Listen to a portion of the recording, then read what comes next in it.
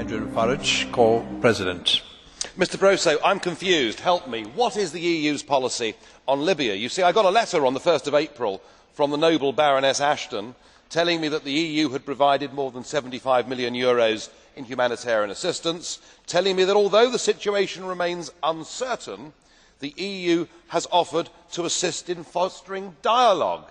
Yet she wrote this many days after the bombing had begun. Well, that's what she's been saying, but on the other hand, we've got hard man Herman Van Rompuy, who's made it clear that regime change, that's the aim of this Libyan adventure, and he also said that the action in Libya could not have happened without the European Union, and that France and Germany could not have taken military action without first getting the support of the European Council. So we've got two big chiefs inside the European Union directly contradicting each other. Could you please shed some light on the matter and tell us what is the European Union's policy on Gaddafi and Libya?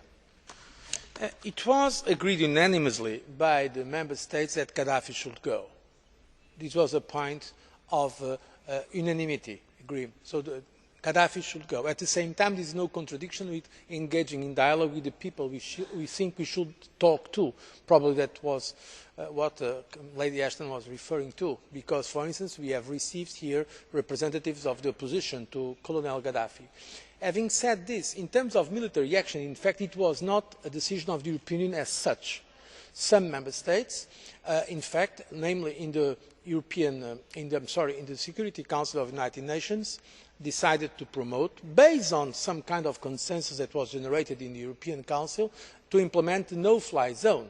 But it was not a decision of the European Union as such because, to be honest, there were some differences in the approach to the situation, and we have to recognise this. That is the reality. There were some differences in the way to handle the Libyan issue. But I also agree with what President Van Rompuy said, that without this position taken by the European Council, it would be probably impossible to have the decisions of the Security Council that I believe were historic in the sense that they are in fact implementing the responsibility to protect.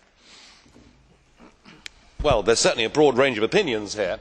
I wonder whether Mr Barroso would agree with me that appointing as head of your new Foreign Office and in charge of external security a woman who's been an extreme left-wing, lifelong pacifist, the former treasurer of the Campaign for Nuclear Disarmament, somebody who's proved to be incompetent in the job, was not in fact one of the better decisions of the European Union.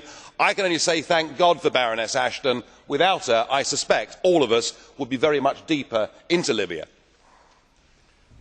The decision of the Member States, with my support, to nominate Cathy Ashton as High Representative and Vice President of the Commission, I think was a good decision. She is a very committed European. She certainly does not share your views, but I do not think that is really a problem. And I think she is giving a very honest and determined contribution to our goals. But let us be honest about this. She has a very difficult, a very challenging job. She is doing now what before was done at least by 3 or 4 players, and apart from that she had to introduce the new European External Action Service. So I really believe that at least those of you that do not sympathise with her ideas should give her the benefit of the doubt. I believe it is an improvement of the fact that we have now a High Representative that at the same time is Vice President of the Commission, and I can testify about her enthusiasm and her determination and the very, let us say, European approach that she takes in all those issues. Thank you.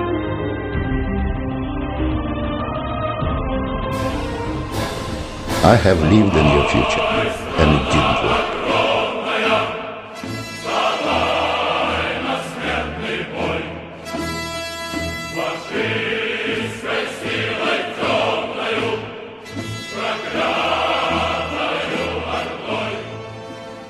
I think we are better off inside the EU.